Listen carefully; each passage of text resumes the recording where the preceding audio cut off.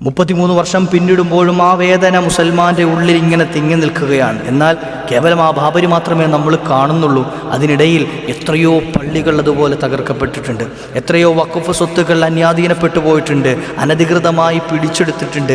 എന്നാൽ ഇനി വരുന്നൊരു കാലഘട്ടത്തിൽ, ഇനി വരുന്നൊരു സാഹചര്യത്തിൽ ഈ ഇന്ത്യയുടെ സാഹചര്യം ഇങ്ങനെയാണ് പോകുന്നത് എങ്കിൽ മുസൽമാൻ്റെ സ്വന്തമായിരുന്ന മുഅ്മിനീങ്ങൾക്ക് അവകാശപ്പെട്ടിരുന്ന വഖഫ് സ്വത്തുക്കൾ പലതും, പള്ളികൾ, മദ്രസകൾ, അതുപോലെയുള്ള ദീനീ സ്ഥാപനങ്ങൾ, മഖ്ബറകൾ, അങ്ങനെ ഉണ്ടായിരുന്ന വഖഫിൻ്റെ സ്വത്തുക്കൾ പലതും പലരുടെയും അധികാരത്തിലേക്ക് പോവുകയും പലരുടെയും സ്വന്തം സ്വത്തായി കണക്കാക്കപ്പെടുകയും ഒക്കെ ചെയ്യുന്നൊരു സാഹചര്യത്തിലേക്ക് അള്ളാഹു ആദരിച്ചതിനെയും ബഹുമാനിച്ചതിനെയും ആദരിക്കുകയും ബഹുമാനിക്കുകയും ചെയ്യൽ, അതിന് മഹത്വം കൽപ്പിക്കൽ മുഅ്മിനീങ്ങളുടെ ബാധ്യതയും കടമയുമാണ്.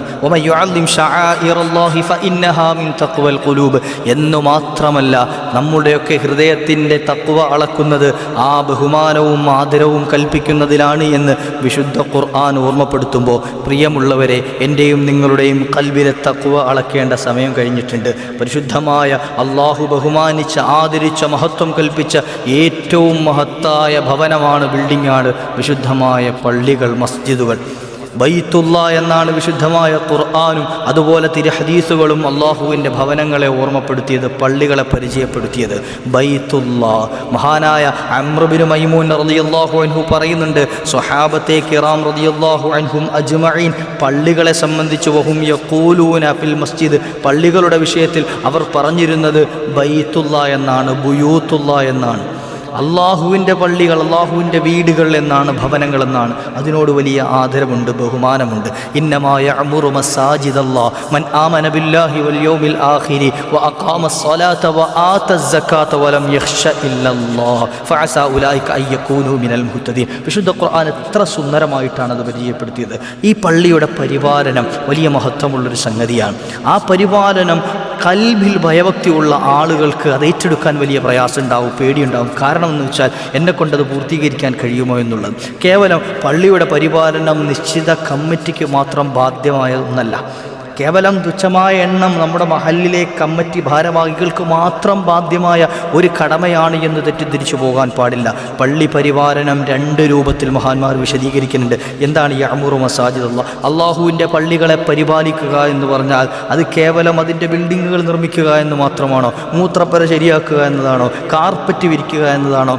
അതൊക്കെ ബാഹ്യമായ പരിപാലനം മാത്രമാണ് എങ്കിൽ ആത്മീയമായൊരു പരിപാലനമുണ്ട്. ആത്മീയ പരിപാലനം അത് എനിക്കും നിങ്ങൾക്കും ഓരോരുത്തർക്കും ബാധ്യതയുണ്ട് എന്ന് പരിശുദ്ധമായ ഈ ആയത്തിൻ്റെ വിശദീകരണത്തിൽ മഹാന്മാർ പഠിപ്പിച്ചു തരികയാണ്. എന്താണ് ആ ബാധ്യത? എന്താണ് നമ്മൾ പൂർത്തീകരിക്കേണ്ടത്? ആ പള്ളിയിലെ ജമാഅത്തുകളിൽ കൃത്യമായി പങ്കെടുക്കണം, ആ പള്ളിയിൽ നടക്കുന്ന മജ്ലിസുകളിൽ കൃത്യമായി പങ്കെടുക്കണം, അവിടെ നടക്കുന്ന ദീനിയായ കാര്യങ്ങളിൽ നമ്മൾ പങ്കാളികളാകണം. ഇത്തരത്തിൽ പള്ളിയുമായി ബന്ധപ്പെട്ട ഒരു അഭേദ്യമായ ബന്ധം നമുക്കുണ്ടാക്കി തീർക്കണം. അവർക്ക് നാളെ അർശിൻ്റെ തണലുണ്ടെന്നാണല്ലോ മുത്തുനബി തങ്ങൾ പരിചയപ്പെടുത്തിയത്. റജുലുൻ ഖൽബുൻ യതഅല്ലഖു ബിൽ മസാജിദ്, പള്ളികളുമായി ഹൃദയം ബന്ധിച്ച, എന്ന് വെച്ചാൽ പള്ളിയിൽ സ്ഥിരമായി കുറ്റിയടിച്ച് കിടക്കുന്ന ആളുകൾ. അത്തരത്തിലുള്ള ചില ആളുകളുണ്ടാവും. അവർക്ക് വേറെ പണിയൊന്നും ഇല്ലാത്തത് കൊണ്ടല്ല, മറിച്ച് ആ പള്ളിയിലേക്ക് കയറിയിരിക്കുമ്പോൾ അവരുടെ പള്ളിയിലെ ഉള്ളിലെ അവരുടെ ആ ഇരുത്തം അവർക്ക് വലിയ സാന്ത്വനം നൽകുന്നുണ്ട് എങ്കിൽ, സ്വസ്ഥത നൽകുന്നുണ്ട് എങ്കിൽ, അത്തരത്തിലുള്ള ആളുകൾക്കാണ് നാളെ അർശിൻ്റെ തണലുള്ളത് എന്ന് മുഹമ്മദുർ റസൂലുള്ളാഹി സ്വല്ലല്ലാഹു അലൈഹി വസല്ലം. പള്ളി പരിപാലിക്കുക എന്നുള്ളത് വലിയ കൂലിയുള്ള അമലാണ്. എന്നാൽ ഇന്നത്തെ ഇന്ത്യയുടെ സാഹചര്യമനുസരിച്ച് പള്ളി പരിപാലനം, വഖഫ് സ്വത്തുക്കൾ പരിപാലിക്കുക എന്നുള്ളത്, അത് മാനേജ് ചെയ്ത് കൊണ്ട് നടക്കുക എന്നുള്ളത് വലിയ ദുഷ്കരമായ ഒരു പ്രവർത്തനമായിട്ട് മാറിയിട്ടുണ്ട് അല്ലേ? വഖഫ് ഭേദഗതി വിഷയങ്ങൾ വന്നിട്ട് വലിയ പ്രതിസന്ധി സൃഷ്ടിച്ചിട്ടുണ്ട്, വലിയ മാറ്റങ്ങൾ വരുത്തിയിട്ടുണ്ട്. ഒന്ന് ചിന്തിക്കേണ്ടതുണ്ട്, ഈ ഇന്ത്യ മഹാരാജ്യം നാനാത്വത്തിൽ ഏകത്വം, എല്ലാ മതങ്ങളും ഒരുപോലെയാണ് എന്ന്, എല്ലാ മതക്കാർക്കും, മതമുള്ളവനും ഇല്ലാത്തവനുമൊക്കെ ഈ ഇന്ത്യ മഹാരാജ്യത്ത് അവരുടെ വിശ്വാസമനുസരിച്ച്, അവരുടെ രീതിയനുസരിച്ച് ജീവിക്കാനുള്ള സ്വാതന്ത്ര്യം കൽപ്പിച്ച ഈ ഒരു മഹാരാജ്യത്ത് എത്രയോ പാർട്ടികളുണ്ട്, എത്രയോ മതങ്ങളുണ്ട്, എത്രയോ സംഘടനകളുണ്ട്. അവർക്കൊക്കെ തന്നെ വ്യത്യസ്തങ്ങളായ സ്ഥാപന ജംഗമ വസ്തുക്കളുണ്ട്. പക്ഷേ അവിടെയൊന്നും പാസ്സാക്കാത്തൊരു നിയമം, അവിടെയൊന്നും കൈകടത്താത്ത ഒരു നിയമം എന്തുകൊണ്ടാണ് കേവലം മുസൽമാൻ്റെ ആരാധനയുടെ ഭാഗമായ വഖഫ് സ്വത്തിലേക്ക് മാത്രം കൈ ചൂണ്ടിയത്? ചിന്തിക്കേണ്ടതുണ്ട്. പുതിയ നിയമപ്രകാരം വഖഫ് സ്വത്തുക്കൾ കേന്ദ്ര സർക്കാരിൻ്റെ ഉമീദ് പോർട്ടലിൽ രജിസ്റ്റർ ചെയ്യുക തന്നെ വേണം. അല്ലാത്തതിനെ ഒന്നും വഖഫ് സ്വത്തായി പരിഗണിക്കുകയില്ല. 100-ൽ പരം വരുന്ന വഖഫ് സ്വത്തുക്കൾ ഇനിയും രജിസ്റ്റർ ചെയ്യാത്തതുണ്ട് എന്ന് മനസ്സിലാക്കണം. അവസാന തീയതി നൽകിയത് 5-ാം തീയതിയാണ്. ഇന്നത്തെ ദിവസമാണ് അവസാന തീയതി നൽകിയത്. വീണ്ടും നീട്ടുമെന്നൊക്കെ പറയുന്നുണ്ട്. ഇനി രജിസ്റ്റർ ചെയ്യാൻ പറ്റാത്തൊരു വിഭാഗം വഖഫ് സ്വത്തുക്കൾ, അതൊക്കെ നാളെ അതിൻ്റെ ഭാവി എന്താകുമെന്ന് നമുക്കിപ്പോൾ ചിന്തിക്കാൻ കഴിയില്ല, മനസ്സിലാക്കാൻ കഴിയില്ല. അതൊക്കെ കണ്ടറിയുക തന്നെ വേണം. അത്തരത്തിലൊരു സാഹചര്യത്തിലാണ് നമ്മൾ ജീവിക്കുന്നത്. ഒന്ന് പിന്നോട്ട് ചിന്തിച്ചാൽ, ഒന്ന് പിന്നിലേക്ക് കടന്നു ചെന്നാൽ, ഒരു 33 വർഷങ്ങൾക്കപ്പുറം ഡിസംബർ 6, 1992 ഇതുപോലെ ഉണ്ടായിരുന്നൊരു വഖഫ് സ്വത്തിലേക്ക് കൈകടത്തുകയും ഇതുപോലെ ഉണ്ടായിരുന്ന ജനങ്ങൾ നിസ്കരിക്കാൻ ആദരവോടുകൂടി കണ്ടിരുന്ന 4 പതിറ്റാണ്ടിലേറെ അള്ളാഹുവിലേക്ക് വിളിച്ച വിളിയാളം മുഴങ്ങിക്കേട്ട താഴികക്കുടങ്ങൾ തച്ചു തകർത്തു ബാബരിയുടെ മിനാരങ്ങൾ. 33 വർഷം പിന്നിടുമ്പോഴും ആ വേദന മുസൽമാൻ്റെ ഉള്ളിൽ ഇങ്ങനെ തിങ്ങി നിൽക്കുകയാണ്. എന്നാൽ കേവലം ആ ബാബരി മാത്രമേ നമ്മൾ കാണുന്നുള്ളൂ. അതിനിടയിൽ എത്രയോ പള്ളികൾ അതുപോലെ തകർക്കപ്പെട്ടിട്ടുണ്ട്, എത്രയോ വഖഫ് സ്വത്തുക്കൾ അന്യാധീനപ്പെട്ടു പോയിട്ടുണ്ട്, അനധികൃതമായി പിടിച്ചെടുത്തിട്ടുണ്ട്.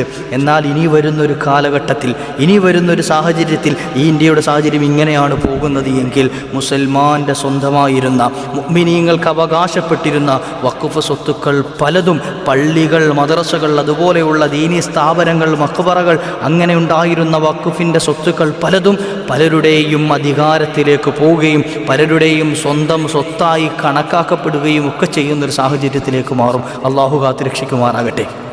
ഉണർന്ന് ചിന്തിക്കേണ്ടതുണ്ട്, നമ്മൾ പഠിക്കേണ്ടതുണ്ട്. കേവലം ഒരു ബാബരി മാത്രമല്ല നമുക്ക് നഷ്ടമായത്. എത്രയോ പള്ളികൾ അതുപോലെ തകർക്കപ്പെട്ടിട്ടുണ്ട്, എത്രയോ പള്ളികൾ അതുപോലെ തകർക്കപ്പെട്ടിട്ടുണ്ട്, എത്രയോ സ്ഥാപനങ്ങൾ ഇല്ലായ്മ ചെയ്തിട്ടുണ്ട്, എത്രയോ മദ്രസകൾ പൊളിച്ചു മാറ്റപ്പെട്ടിട്ടുണ്ട്, എത്രയോ ദീനി സ്ഥാപനങ്ങളുടെ കടക്കൽ കത്തിവച്ചിട്ടുണ്ട്. ഇതൊന്നും ചിന്തിക്കാതെ പറയാതെ കേവലം 33 വർഷങ്ങൾക്കപ്പുറം ഇന്ത്യയിലെ മുസൽമാൻ്റെ ഹൃദയത്തിനു വലിയ വേദന ഉണ്ടാക്കിയ ബാബരിയുടെ തകർച്ച മാത്രമായി കണ്ട് നമ്മൾ ചുരുങ്ങിപ്പോകാൻ പാടില്ല. പരിശുദ്ധമായ ഇസ്ലാം നശിപ്പിക്കാൻ, ഈ മുഅ്മിനീങ്ങൾക്ക്, ഈ മുസ്ലിമീങ്ങളെ തകർത്ത് കളയാൻ കച്ച കെട്ടിയ ഒരു വിഭാഗം നമ്മളുടെ മുമ്പിലുണ്ട് എന്നുള്ള ചിന്ത ഇപ്പോഴും നമുക്കുണ്ടാകണം. നമ്മുടെ പള്ളികൾ സജീവമാകണം, നമ്മുടെ പള്ളികൾ നമ്മളെ കൊണ്ട് സജീവമാകണം. വലിയ പള്ളി നിർമ്മിച്ചു വെച്ചിട്ട് അവിടെ നിസ്കരിക്കാൻ ആളില്ല എങ്കിൽ, അവിടെ ഇബാദത്തുകൾക്ക് ആളില്ല എങ്കിൽ, അവിടെ ഖുർആൻ പാരായണം ചെയ്യാൻ ആളില്ല എങ്കിൽ, അവിടെ നടക്കുന്ന ദീനി മജ്ലിസുകളിൽ ആളില്ല എങ്കിൽ, ആ പള്ളിയെക്കൊണ്ട് ഈച്ചയ്ക്ക് പാറി നടക്കാൻ ഇപ്പോൾ അത്ര വലിയ പള്ളിയുടെ ആവശ്യമില്ല. കൊതുകിനും പ്രാണികൾക്കും പാറി നടക്കാൻ, ഓടി നടക്കാൻ ഇത്ര വലിയൊരു പള്ളിയുടെ ആവശ്യം നമുക്കില്ലല്ലോ. അതുകൊണ്ട് തന്നെ ഇബാദത്തുകൾ കൊണ്ട് നമ്മുടെ പള്ളികളെല്ലാം തന്നെ, ഇത് ഏതെങ്കിലും ഒരു പള്ളിയുടെ അവസ്ഥയല്ല, ഇന്ന് നമ്മുടെ നാടുകളിൽ കണ്ടുകൊണ്ടിരിക്കുന്ന പള്ളികൾ, ബഹുഭൂരിഭാഗം പള്ളികളുടെയും അവസ്ഥ അത് തന്നെയാണ്. തുച്ഛമായ ആളുകൾ മാത്രമാണ് ആ മഹല്ലിൽ നിന്ന് നിസ്കരിക്കാൻ ജമാഅത്തിനായി പള്ളികളിലേക്ക് വരുന്നത് എങ്കിൽ, പള്ളി വിശാലമായ പള്ളി ഉണ്ടാകും, വലിയ സൗകര്യങ്ങളുണ്ടാകും, വലിയ ആർഭാടത്തിൽ പണിഞ്ഞിട്ടുണ്ടാകും. പക്ഷേ ആ പള്ളികൾ സജീവമായിട്ടില്ല എങ്കിൽ അതിലേക്ക് ആളുകൾക്ക് കടന്നുകൂടാൻ, ശത്രുക്കൾക്ക് നുഴഞ്ഞു കയറാൻ വലിയ പ്രയാസമൊന്നും ഉണ്ടാവില്ല. അത് നമ്മൾ ഉണർന്ന് ചിന്തിക്കുകയും നമ്മുടെ പള്ളികളും മദ്രസകളുമൊക്കെ സജീവമാക്കാൻ ശ്രമിക്കുകയും ചെയ്യണം. കാരണം മുഅ്മിനീങ്ങളുടെ ആയുധം, മുഅ്മിനീങ്ങൾക്കുള്ള പിടിവള്ളി, ഹുസൂലുൽ മുഅ്മിനി സലാസത്തുൻ മുഹമ്മദുർ റസൂലുള്ളാഹി സ്വല്ലല്ലാഹു അലൈഹി വസല്ലം. അതിൽ ഒന്നാമതായി മുത്തുനബി തങ്ങൾ പറഞ്ഞത് അൽ മസ്ജിദു, പള്ളികളാണ്. അള്ളാഹുവിൻ്റെ പള്ളികൾ മുഅ്മിനീങ്ങൾക്കുള്ള പിടിവള്ളികളാണ്, അവർക്കുള്ള കാവലാണ്, അവർക്കുള്ള കേന്ദ്രമാണ്, നമുക്കുള്ള അഭയസ്ഥാനമാണ് എന്ന് മുഹമ്മദുർ റസൂലുള്ളാഹി സ്വല്ലല്ലാഹു അലൈഹി വസല്ലം തങ്ങൾ പരിചയപ്പെടുത്തുമ്പോൾ, അതുപോലെ തന്നെ വദിക്റുള്ള, അള്ളാഹുവിൻ്റെ ദിക്റാണ്, റബ്ബിനെ പറ്റി പറയലാണ്. വ തിലാവത്തുൽ ഖുർആൻ, പള്ളിയിൽ വന്നിരുന്നു കൊണ്ട് ദിക്ർ ചൊല്ലാനും ഖുർആൻ പാരായണം ചെയ്യാനും ഒരാൾ സമയം കണ്ടെത്തി കഴിഞ്ഞാൽ ആ വ്യക്തിയിലേക്ക് അള്ളാഹുവിൻ്റെ വലിയ സഹായം വന്നു ചേരുമെന്നും റബ്ബിൻ്റെ വലിയ കാവലുണ്ടാകുമെന്നും മുത്തുനബി തങ്ങളുടെ ഹദീസ് വിശദീകരിക്കുമ്പോൾ ഞാനും നിങ്ങളും നമുക്കുള്ള കാവൽ തട്ടി മാറ്റിയിട്ട് വേറെന്തൊക്കെയോ തിരക്കിലാണ്.